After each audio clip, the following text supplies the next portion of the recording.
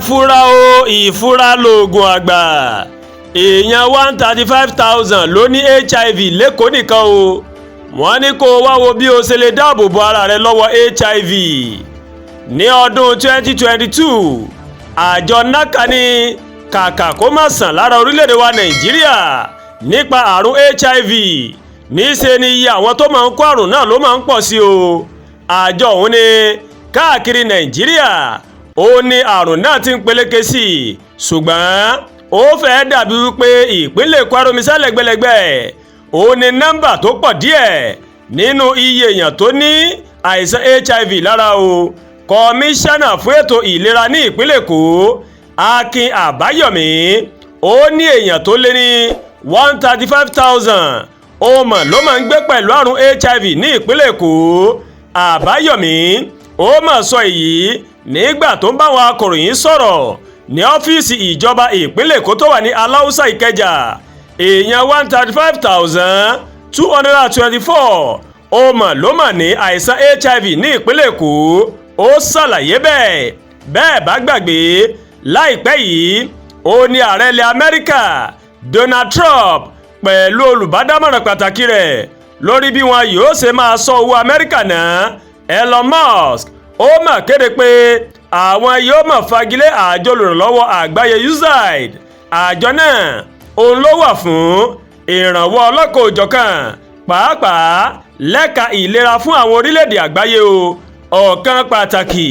lára ibi tí ọwọ́ àna USAID sì dé ó ní ọ̀dọ̀ àwọn tó ń gbé ilé ayé pẹ̀lú àrùn kògbóògùn HIV àwọn èèyàn náà wọ́n rí oògùn àti ìtọ́jú ọ̀fẹ́ gbà nírọ̀rùn o nípasẹ̀ USAID tí Trump fagilé o èyí mà ló túmọ̀ sí pé ó ṣeé ṣe o kí ẹnikẹ́ni tó bá lùgbàdì àìsàn náà lọ́wọ́ yìí kó má ní àǹfààní sí ìtọ́jú ọ̀fẹ́ láti pèsè ààbò fún ara rẹ lọ́wọ́ àìsàn HIV yíyàgò fún ìbálòpọ̀ láì lo rọ́bà ìdáàbòbò bó ṣe jẹ́ ohun tó ṣe pàtàkì ọ̀pọ̀ àlàyé àti ìwádìí òun ló ti fìdí rẹ̀ múlẹ̀ pé ọ̀pọ̀ ìṣẹ̀lẹ̀ kíkó àìsàn HIV ó mọ̀ ló mọ̀ wá láti bí ìbálòpọ̀ o láì lo rọ́bà dáàbòbò tí ó túmọ̀ sí pé kọ́ńdọ̀mù àwọn onímọ̀ tún gba àwọn èèyàn nímọ̀ràn pé kí wọ́n yàgò pátápátá o fún ìbálòpọ̀ tí wọn kò bá finú tán ẹnìkejì wọn o wọ́n ní ọ̀nà tó fi lè lùgbàdì àìsàn HIV rèé àkọ́kọ́ ní ìbálòpọ̀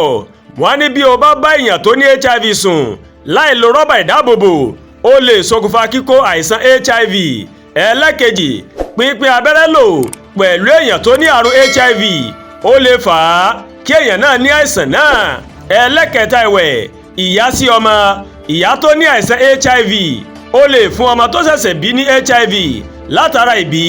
fífún ní ọyàn àti lásìkò oyún níní o ẹlẹ́kẹrin rẹ̀ ẹ̀jẹ̀ dídàpọ̀ tí èèyàn tó ní HIV tó bá dàpọ̀ mọ́ èèyàn tó ti kó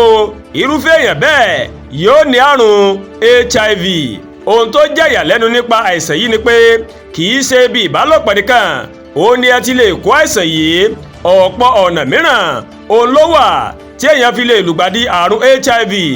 pínpín abẹ́rẹ́ ó mà ló mà jẹ́ ọ̀nà mìíràn tí èèyàn fi lè kó HIV àwọn onímọ̀ ìjìnlẹ̀ sáyẹ́ǹsì ní ọdún 2017 wọ́n mà kéde pé àwọn ti ṣàwárí oògùn antibody tó ń gbé ogun ti kòkòrò HIV nínú ara o èyí jẹ́ ọ̀nà tuntun tí ìwòsàn tó fi ń dé bá àwọn èèyàn tó ní àrùn yìí lára o àwọn onímọ̀ ni àwọn ń dán oògùn yìí wò lọ́wọ́ lára ọ̀bọ kí wọ́n tó gbé síta fún lílo àwọn èèyàn bí o bá wá rí wípé olùgbàdì HIV ó ṣe kókó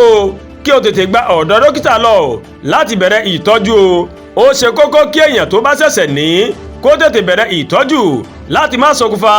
àwọn ìjàmbá mìíràn tó dìrọ̀ mọ́ àìsàn náà kọ́lọ́wọ́ ọba Elédùmarè kó má jẹ́ àkó HIV àtàrùn tó gbóògùn àtèyí tí ò gbóògùn kọ́lọ́wọ́ ọba kó má jẹ́ àkó kankan bẹ̀ ẹ jẹ́ á ṣọ́ra o pẹ̀lú àwọn obìnrin tó ń yídi kiri ìgboro táwọn ọkùnrin náà táwọn mọ̀síjú bẹ́lúbẹ́lú ẹ jẹ́ á ṣọ́ra HIV pọ̀ntà èmi àti rè à nílùgbà díẹ̀ láṣẹ Èdùmàrè àdúrà gbọ́ Olúwatóyìn ló ń kàròyìn sí létí o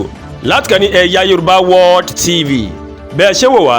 ẹ má bá wa like ẹ má share ẹ má comment ẹ má tún gbàgbé o láti bá wa subscribe sórí YouTube channel wa kẹwàá bá tẹ notification bell láti lè máa máa wo ètò alákòójọ kan tó bá ti gorí ìkànnì yìí ẹ ṣé pọ̀ tẹ́ ń wò wá o àánú ọlọ́ọ̀bá rèé kò ní fi ẹnìkọ̀ọ̀kan wálẹ̀.